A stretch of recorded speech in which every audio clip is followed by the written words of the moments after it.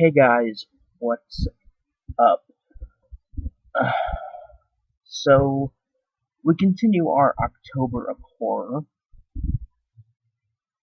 with an American horror comedy exploitation slasher film from 1988 from the director of Invisible Mom 1 and 2, as well as the sci-fi original Super Shark. And those movies really sucked. And tonight's movie is Hollywood Chainsaw Hookers. This movie is about a private eye named Jack Candler, who is trying to track down a missing girl. And while he is looking for her, he comes across a cult of chainsaw wielding prostitutes.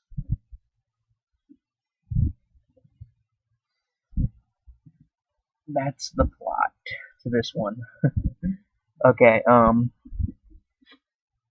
so our film opens with a warning about the dangers of chainsaws. And then we meet a girl who I assume is a hooker being interrogated by the police about a John who didn't pay, so she murdered him with a chainsaw. That was a pretty good intro. So then we get some credits and narration,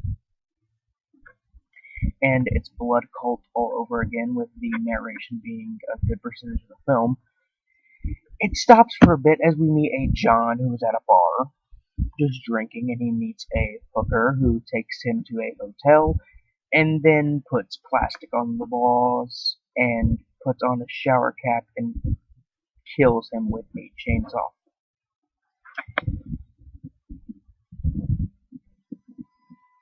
So, yeah. The private eye then he goes to the police officer.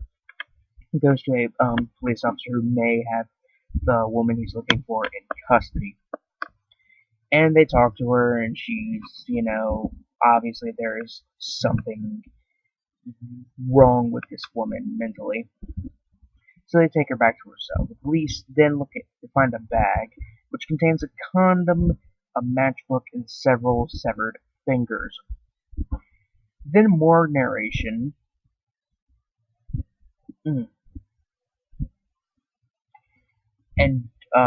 that kind of covers the very, very well written and smart dialogue in this film.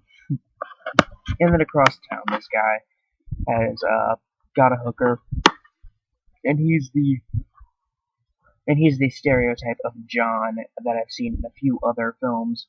One of them being Thriller or Cruel Picture, the John that doesn't really want to have sex with the prostitute, he just wants to take pictures of her. So, the hooker brings in a suitcase with her, and then she takes some pictures and knocks him out with a bat, and then cuts him up in the bathtub, and that had to probably be the best kill in the entire film, because it was just so cheesy.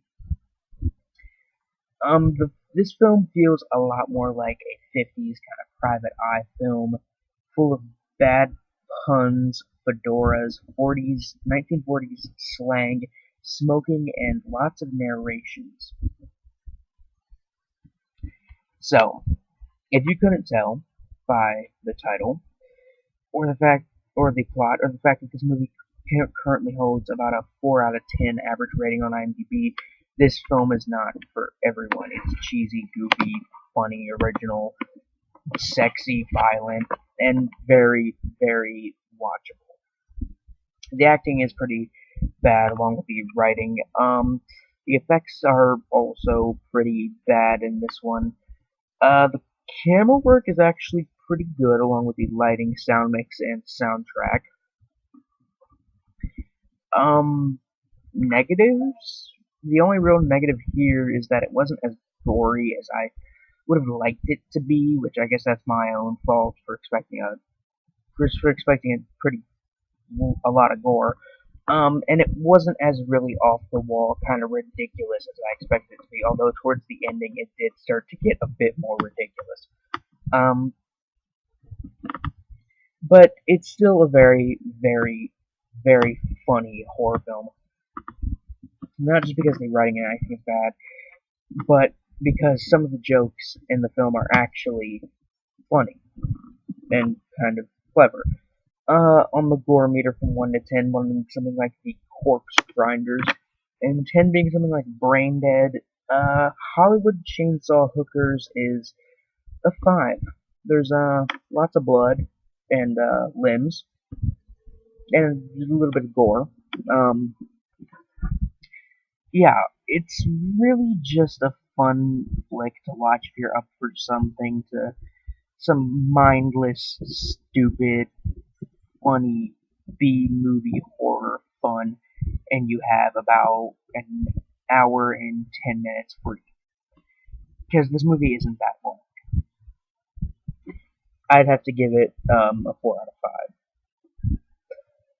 Anyway, guys, the links to the Facebook page, Twitter account, Tumblr, um, Rotten Cotton t-shirts, everything is in the description below. I'm Biscuit Boo 69, signing off. Peace.